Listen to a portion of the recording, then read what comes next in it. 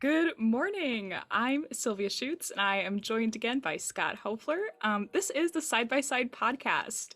Thank you so much for coming back around. This is our third episode, and we really hope that you guys have been enjoying this new platform. I'm so lucky to have Scott back. We are going to be talking about a different topic this time, which is leadership. Hey Sylvia, it's an awesome morning. We realize we're both drinking Peace coffee, and Yeah, you're in Northfield and I'm in Hopkins, so that's pretty cool. absolutely. Representing local Minneapolis and St. Paul businesses. Heck yeah. Um, So, thinking about leadership, I mean, obviously, you're a leader in my life, you're my boss, but what did leadership look like for you when you were growing up, maybe in my phase of life or even younger, and how has it kind of changed and evolved? Yeah, so leadership growing up, I always thought a leader was super cocky, gregarious, selfish, their agenda first over everybody else's, and I'm going to make everybody else do what I want them to do. And that's what I thought a leader was growing up. So I never thought I was a leader. I was too sensitive. I cared too much. I wanted to put other people before myself. And so it's funny. It's like now that I'm in a leadership role, I'm realizing all of the things I was insecure about growing up that I thought made me not a leader. Turns out that's what people are craving these days. They crave a leader who can connect with them and care more about um, them than they do themselves. So yeah, my view of a leader growing up was very skewed. And it wasn't until recently that I realized that I actually had what it took to be a leader. Yeah, I think that's great. And I even feel like throughout my lifetime, I've seen a shift in the narrative of leadership. Mm, Even like being a kid and going through public school and wanting to be involved with leadership opportunities, I feel like there has been a narrative shift in the way that it's all of a sudden not just a leader is somebody who's the loudest talker in the room, but rather mm, the person who's listening and then representing the views of the people they're serving. Um, mm, yeah, and I think that you're totally right that your leadership skills definitely are the things that, as a team member on your team, I want to follow because I feel like mm, you're listening to me, and then I feel like you're also gonna help our team go in the direction that you know is going to be the most mm. successful for us.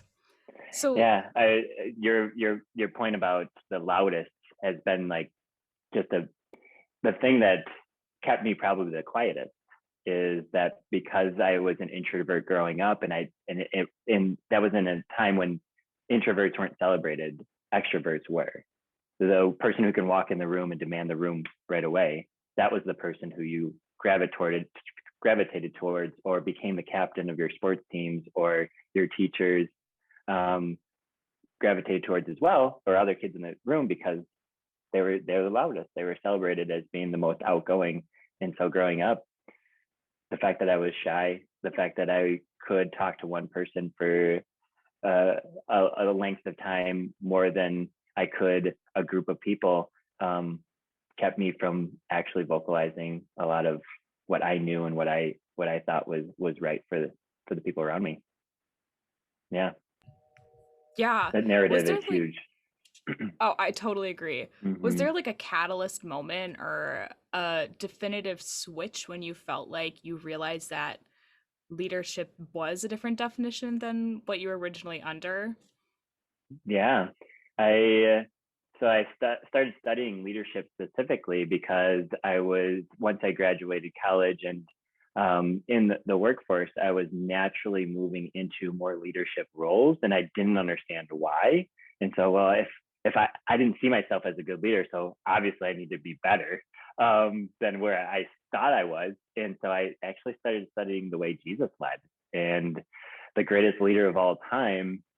Uh, Came to serve and not be served, and that just blew my mind. Is that God came to serve others, and so who's to think that that's not the way a leader should approach leadership? And so that's and since then I've embraced the fact that I'm sensitive. I've embraced the fact that I care a lot. I've embraced the fact that I'm not selfish. I've embraced the fact that I'm an introvert. um, even Jesus himself, when he would speak in front of 5,000 people, would then go off and find some isolation so he can recharge his batteries. So a lot of like it was just amazing to say I'm going to study leader or Jesus from not the fact that he's God. I'm going to study from a leadership perspective, and it was super eye opening. For sure. And I feel like leadership is one of those like hot button words that is thrown Mm, around a lot in business, especially. I feel like there's so many, even like the Global Leadership Summit that we went to earlier yeah. this year as a side by side team, or all of these events, I think are trying to curate young leaders. And I think that that can be a slippery slope because, exactly like you said, it could lead somebody to believe that they don't have the qualities of a leader. Mm, But why do you think it's so important, and why do you think it is such a hot button word that we're also wanting to be leaders and wanting to be that support member? Why does leadership matter in a business or investment world? I think personally, I think leadership is everything. Good leadership changes the world. Leadership changes the world regardless, and leadership has a huge impact on people's lives, good or bad. Um, so I think from a business owner perspective, from the leader of my household, um, it's so crucial because there's the people around us are craving fulfillment in life, and I truly believe that we're all trying to go somewhere. We're all trying to get somewhere where we're all trying to be better human beings, be better business owners, be better husbands and wives, be better fathers and mothers. And if I can truly care enough about the person I'm sitting across from to help them get there, they're not quite there yet. In their mind, they're not there yet. So I think that the true sense of a leader is you're helping people get from where they are to where they want to be. And oftentimes, a great leader can anticipate things that other people don't see. And so, if I can see in you potential that you don't currently see in yourself to help you get to where you want to be, that's where I feel like I'm doing my job as a leader. And that's why it's so crucial that we have great leaders out there. And not everybody's meant to be a leader. Some people need to just start with leading themselves well. Um, Taking care of themselves physically, taking care of themselves spiritually, taking care of themselves emotionally and relationally. And once you're taking care of yourself, then maybe you can invite others into that and you can become an example type of leader.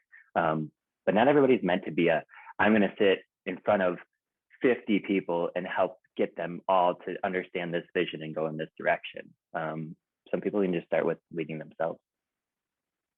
Yeah, being a member of your own team, including yourself in the narrative instead of feeling like an isolated island. Yeah. Yeah. Um, what do you think are like the core backbones of being a leader? You know, not just in terms of a business team or a household, Mm. but also relationships with leadership, like being a good landlord, or being a leader to yourself, or being a leader to your Bible study or to your friend group when you're going through a hard time. What do you think are those core characteristics that carry throughout all kinds of leadership? Sure. I think Patrick Lencioni talks about servant leadership, and we go back to using Jesus as an example. But Patrick argues you shouldn't call it servant leadership because there's no other type of leadership. And you should just call servant leadership because that's the way you should lead. And so I think the backbone of leading is just serving the people around you, sacrificing your own needs for their needs. And once you start showing up in that space consistently, persistently over time, people will start to respect you and want to follow you because you have their best interest in mind.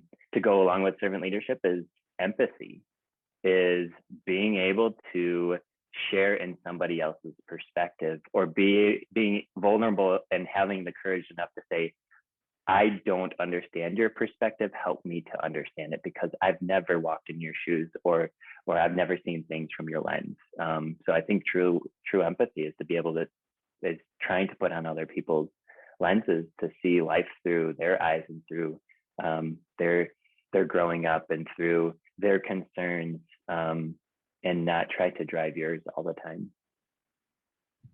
Yeah, I think that I totally agree that like radical empathy can be such a powerful Mm, tool.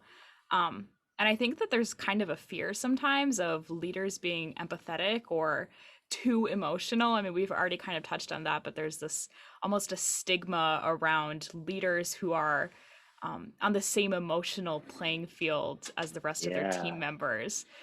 Looking at that from like the perspective of an investor, I think that a lot of times people see investing as like a solo sport, right? That they're Yep. out in the world and macheting their path through duplexes. Um, Yeah. how can that be applied to like leadership in a solo setting? If you maybe don't have a team yet, but have that goal to have people around you who you're working with, or Mm, maybe aren't even like shooting that far out, but rather want to be a better leader to yourself, how do you do that? It feels like a giant mountain to climb. yeah. No, that's great because so many people think in order to be a leader, you have to know everything. So you fake it till you make it. So the people around you, you don't let them in because you don't seem vulnerable and you seem like you've got it all put together. But the reality is you don't. And there's people around you that are better at the things that you don't understand. So in real estate specifically, is we call it building your team of advisors. If you can go into real estate knowing that you don't know everything, you can now start recognizing really talented people in areas that you know you need to get better at and start linking yourself up with them.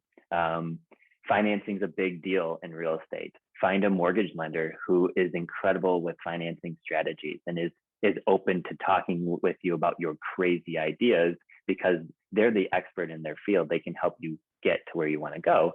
Um, Find an incredible real estate agent who's living and breathing this market. You probably have a full-time job, so you don't have the time to invest in understanding the nuances and the craziness that's happening out there. Find a great realtor, but you got to be willing as a leader in most instances says I don't have all the answers, but I need your help so we can all find the right resolutions to some of the problems we're facing. Yeah. So trying to go solo, you just got to say, I don't know all of the answers. You have to say that. For sure. I feel like that breaks down the stigma too of the idea of like a born leader. I think that Yeah. that's terminology that's thrown around all the time of, oh, they're a born leader. I actually think that it's probably just people who are the best listeners who acquire leadership skills the fastest. Just got to be like a Mm, sponge, taking everything 100%. in, even the things that you Yeah. don't agree with. I think some of the best leadership advice I've gotten were from people who I totally disliked their leadership style, but I was like, oh, so that's what I shouldn't be doing. Thanks Yeah. for the heads up. Yeah. No, if you have that mindset where you're open to learning from everyone, learning from people that you do agree with and learning from people that you don't agree with, you can learn what not to do and what to do. But there's even things that I've picked up from people that I don't see eye to eye with and how they approach something that they're passionate about is maybe I don't share the same type of opinion, but I can resonate with the passion. Um, and that's some you just if you're open, you can be inspired by people that you don't see eye to eye. Yeah, I feel like that is a crucial part of what Side by Side's mission statement is how Mm, it's not just investing or finding a house, it's this holistic style of looking at every element of your life. I feel like on our team as well, there's this idea that leadership isn't just for your career goals, but for your life goals, for your mm. personal goals, your spiritual goals, your physical goals. Um, any advice or help for people who maybe feel like leadership is this isolated thing on creating a more holistic view of leadership in the home or in your personal self? Yeah, Craig Rochelle talks about the greatest leaders of all time after studies upon studies. They've found that the best leaders are the most centered leaders. And what I mean about that is take a look at your life from a holistic perspective. And if you think you can just focus solely on your profession and being a great leader there, you're you're going to have chinks in your armor and you're going to slip up because you're only focused on one area and you're forgetting the other pieces that make you a well-rounded human being. Because your employees and the people that are following you, don't want to know that you're only good at your work. They want to, because they're human beings too with life outside of work. They want to know that you're taking care of your family because they want to respect you, and they want to know that you're a good husband, wife, and mother and father. They want to know that you're taking care of your body, because truly we all want to take care of ourselves. And if they're seeing their leader who is really good at his job, taking care of his family and making time for himself, they're invited to do that too. And one last thing is, like Craig also talks about, people want to follow somebody that is real than somebody who is inauthentic. So always be yourself. And I think that there's a fine line you have to walk with being yourself, is sharing all of your deepest, darkest secrets on social media probably isn't the way to go, or sharing them with your team probably isn't the way to go. But inviting them into saying, hey, my leader doesn't know everything. He actually tells me I'm better at some things than he is. And just being yourself when you show up, that's another important thing. We also want to see baby pictures. Yeah, As heck yeah. leaders, show your team members baby pictures, please. Well, yeah, you're real. You're a human being who loves his baby. Be willing to share that. People can resonate to it. Yeah. Plus, I mean, if your team members don't like baby pictures, then maybe Yeah, it's time to, they're fired. yeah, it's time to Find a look at new your job. team. They can go work for Zillow. Yeah. So, kind of wrapping things up here, what do you want people to walk away from this knowing? Why is this relevant? I know we started talking about leadership from the beginning, and now looking forward into the future. Why does leadership matter? Why should people who are not just maybe thinking about investing, but wanting to get involved with any kind of leadership, why should we care? Mm-hmm.